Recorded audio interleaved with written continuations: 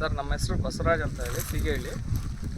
ಈ ಅಡಿಕೆ ತೋಟದಲ್ಲಿ ಅಡಿಕೆ ಗಿಡದಲ್ಲಿ ಈ ಬೇಲಿ ಸೀರೆ ಇಲ್ಲ ಗ್ರೀನ್ ಮೆಸ್ ಕಟ್ಟೋದ್ರಿಂದ ಅಲ್ಲೇ ಸೈಡಿನ ಗಿಡಕ್ಕೆ ಬಿಸಿಲು ಬೀಳೋದು ಸ್ವಲ್ಪ ಕಡಿಮೆ ಆಗುತ್ತೆ. ನೆಕ್ಸ್ಟ್ ಗಿಡ ಒಡೆ ಬರೋದು ಬಿಸಿಲಿಗೆ ಮೂಡ್ಗಾಳಿಗೆ ಅದಕ್ಕೆ ಭಾಳ ಕಂಟ್ರೋಲ್ ಆಗುತ್ತೆ. ಅಲ್ಲಿಂದ ಒಳಗೆಲ್ಲ ತನು ಜಾಸ್ತಿ ಆಗುತ್ತೆ, ನೀರಿನ ಆವಿ ಭಾಳ ಕಡಿಮೆ ಆಗ್ತದೆ, ಭಾಳ ಒಳ್ಳೇದು ಇದು. ಬೇರೆ ಬೇಲಿ ಹಾಕಿದ್ರೆ ಅದೆಲ್ಲ ಒಣಕ್ಯನ್ ಬೇಸಿಗೆ ಟೈಮಲ್ಲಿ ಇನ್ನಷ್ಟು ಧಗೆ ಕೀಳ್ತದೆ, ಇಲೆ ಬುಡಕ ಅಳಿಲು ಅವೆಲ್ಲ ಬಂದು ಅಡಿಕೆ ತೊಂದರೆ ಮಾಡ್ತವೆ. ಈ ಬೇಲಿ ನೆಟ್ ಸುಮ್ಮನೆ ಇದು ವೇಸ್ಟ್. ಇದು ಸೀರೆ ಮನೆಗೆ ಹಳೆ ಸೀರೆಗಳನ್ನ ತಂದು ಕಟ್ಟಿದ್ವಿ.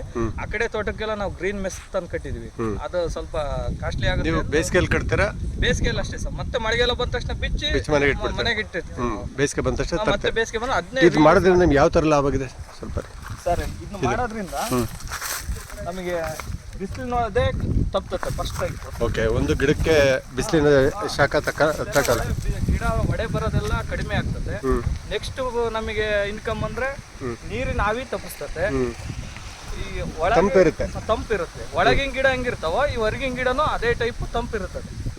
ಒಳಗಿನ ತೋಟ ಹೆಂಗ್ ತಂಪಿರ್ತದೋ ಹಂಗೆ ಹೊರಗಿನ ತೋಟನು ಲಾಸ್ಟ್ ಲೈನು ಕೂಡ ಅದೇ ತರ ತಂಪಾಗೆ ಇರ್ತದೆ. ಬಹಳ ಒಳ್ಳೇದು ಸರ್. ನಿಮ್ಮೂರಲ್ಲಿ ಎಷ್ಟು ಜನ ಬಹಳ ಜನ ಮಾಡ್ತೀರಿ ಈ ತರ? ಮಾಡಿದಾರೆ ಸರ್, ಮಾಡಿದ್ದಾರೆ. ಸರ್ ಮಾಡಿದ್ದಾರೆ, ಬಹಳ ಜನ ಮಾಡಿದ್ದಾರೆ. ಬಹಳ ಅನುಕೂಲ ಸರ್. ನೀವು ಎಷ್ಟು ವರ್ಷದಿಂದ ಮಾಡ್ತಾ ಇದ್ದೀರಾ? ನಾವೀಗ ಸುಮಾರು 8 ವರ್ಷದಿಂದ ಮಾಡ್ತೀವಿ. ಓಕೆ, ಬಹಳ ಒಳ್ಳೆ ಮೆಥಡ್. ಏನು ಇದನ್ನ ದೊಡ್ಡ ಖರ್ಚಿಲ್ಲ? ಏನಿಲ್ಲ ಸರ್, ಎಲ್ಲ ನಾವೇ ಹೋಮ್ ಮೇಡ್ ವೇಸ್ಟ್ ಸೀರೆ ಬಾಳಲ್ಲ, ಅವನ್ನ ತಂದು ರಿಯೂಸ್ ಮಾಡ್ಕೊಂಡಿದ್ದೀವಿ ನೋಡಿ. ನಿಮ್ಮ ಹೆಸರು? ನಮ್ಮ ಹೆಸರು ಬಸವರಾಜ್ ಅಂತ ಸರ್, ಸಿಗೇಳಿ. ನಮ್ದು MA BEd ಆಗಿದೆ. ಸಿರಿಗೆರೆ ಪಕ್ಕ ಸಿಗೇಳಿ ಸರ್.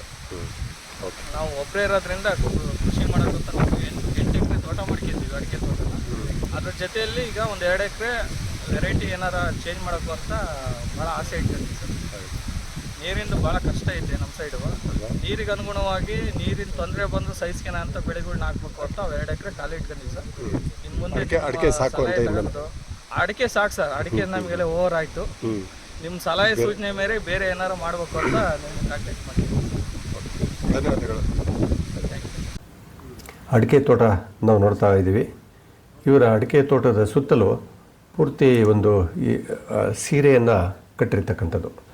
ನಾವು ಅಡಿಕೆ ತೋಟದ ರೈತರುಗಳನ್ನ ಭಾಳಷ್ಟು ಗಮನಿಸ್ತಕ್ಕಂಥದ್ದು ಏನಂತಂದರೆ, ಬೇಸಿಗೆ ಬಂದರೆ ಸಾಕು ಕೆಲವರು ಸುಣ್ಣ ಹೊಡಿತಾರೆ, ಕೆಲವರು ಅಡಿಕೆ ಗರಿಗಳನ್ನು ತಗೊಂಡೋಗಿ ಕಟ್ತಾರೆ.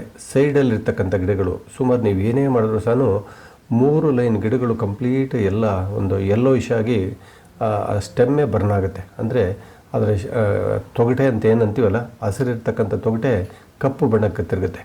ಅದರಿಂದ ಶೃಂಗಾರಕ್ಕೂ ಪೆಟ್ಟು ಬೀಳುತ್ತೆ, ಅಡಿಕೆ ಗೊನೆಗಳಿಗೂ ಇದಾಗುತ್ತೆ. 3 ಲೈನ್ ಗಿಡಗಳಲ್ಲಿ ಗಾಳಿ ಏನಾದರೂ ಬಂದರೆ ಸಾಕು, ಗಿಡಗಳೇ ಬಿದ್ದೋಗುವಷ್ಟರ ಮಟ್ಟಿಗೆ ಗಿಡಗಳ ಸ್ಟ್ರೆಂತ್ ಕಡಿಮೆ ಆಗುತ್ತೆ, ನೀರಿನ ಇಳುವರಿನೂ ಕಡಿಮೆ ಆಗುತ್ತೆ. ಇಂಥ ಒಂದು ಸಾಹಸಗಳನ್ನು ಮಾಡ್ತಕ್ಕಂಥ ರೈತರುಗಳಿಗೆ ನನ್ನ ಒಂದು ಮನವಿ ಏನಂತಂದರೆ, ಸುತ್ತಲೂ ನೀವು ಗಿಡ ಮರಗಳನ್ನು ಬೆಳೆಸಿ. ಏನಾದರೂ ನೀವು ಗಿಡ ಮರಗಳನ್ನು ಬೆಳೆಸಿದರೆ ಬಿಸಿಲಿನ ತಾಪವನ್ನು ಕಡಿಮೆ ಮಾಡ್ಕೊಳ್ಳೋಕ್ಕೆ ಸಾಧ್ಯ. ಕೆಲವರು ಹೇಳ್ತಾರೆ, ಸರ್ ನನಗೂ ಗಿಡ ಮರ ಬೆಳೆಸಿದರೆ ಅದು 2 ಲೈನ್ ಗಿಡದಲ್ಲಿ ನನಗೆ ಬೆಳೆ ಲಾಸ್ ಆಗುತ್ತೆ ಅಂತಕ್ಕಂಥವ್ರು ಭಾಳ ಜನ ಇರ್ತಾರೆ. ನೋಡಿ, ಇವರು ಇಷ್ಟು ಸರಳವಾಗಿ ಇಡೀ ಕೃಷಿ ಭೂಮಿಯ ಸುತ್ತಲೂ ಈ ಊರಿನಾಗ ಎಲ್ಲಿ ನೋಡಿದ್ರು ಇಡೀ ಅಡಿಕೆ ತೋಟಗಳಿಗೆಲ್ಲ ಸೀರೆಗಳನ್ನ ಕಟ್ಟಿಬಿಟ್ಟಿದ್ದಾರೆ. ಆ ಕಟ್ಟಿರ್ತಕ್ಕಂಥ ಜಾಗದಲ್ಲಿ ನೋಡಿದ್ರೆ ಆ ಅಡಿಕೆ ಮರಕ್ಕೆ ಬಿಸಿಲಿನ ತೀವ್ರತೆಯೇ ಇಲ್ಲ, ಬಿಸಿಲೇ ಬೀಳ್ತಾ ಇಲ್ಲ ಕಂಬಗಳಿಗೆ, ಆ ಸ್ಟೆಮ್ಗಳಿಗೆ. ಈ ಥರ ಪ್ರತಿಯೊಬ್ಬ ರೈತರು ಈ ಥರ ಸೂಕ್ಷ್ಮವಾದಂಥ ವಿಷಯ. ಕೆಲವರು ಶೇಡ್ ನೆಟ್ ಅಂತ ತರ್ತಾರೆ, ಹಸಿರು ಬಲೆ ಇರ್ತಕ್ಕಂಥದ್ದು. ಇದನ್ನು ತರಲಿಕ್ಕೆ ಕಾಸ್ಟ್ಲಿ ಅಫೈರ್ ಇದು. ನಾವು ಹಣ ಕೊಟ್ಟು ತಂದು ಅದು ಕಟ್ಟಾಗೋದ್ರೆ ಕಂಪ್ಲೀಟ್ ಲಾಸ್ ಆಗುತ್ತೆ.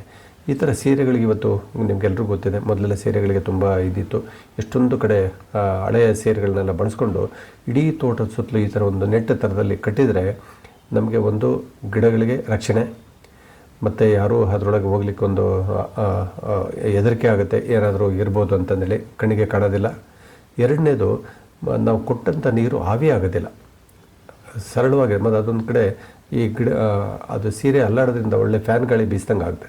ಈ ಥರ ಬುದ್ಧಿವಂತಿಕೆಯಿಂದ ನಮ್ಮ ಬೇಸಿಗೆಯಲ್ಲಿ ಗಿಡಗಳಿಗೆ ನೀರನ್ನು ಕೊಡುವಂಥದ್ದು, ನೀರನ್ನು ಉಳಿಸುವಂಥದ್ದು, ನೀರನ್ನು ಆವಿಯಾಗದಾಗೆ ತಡೆಗಿಡ್ತಕ್ಕಂಥ ಒಂದು ವಿಧಾನ ಏನಿದೆಯಲ್ಲ, ಇವರು ಸಿಗೇಳಿಯ ಯುವಕರು ಆ್ಯಕ್ಚುಲಿ MSW ಮಾಡಿ ಕೃಷಿಗೆ ನಿಂತಿದ್ದಾರೆ. ಈ ಥರದ ಒಂದು ಆಲೋಚನೆ ಏನಿದೆಯಲ್ಲ, ನನ್ನ ಪ್ರಕಾರ ಇದೊಂದು ಮಾದರಿ ಕೆಲಸ. ಪ್ರತಿ ಒಂದೊಂದು ಹನಿ ನೀರನ್ನು ಉಳಿಸುವಂಥ ಕೆಲಸ ಆಗಬೇಕು ಅನ್ನೋದು ನನ್ನ ಒಂದು ಉದ್ದೇಶ.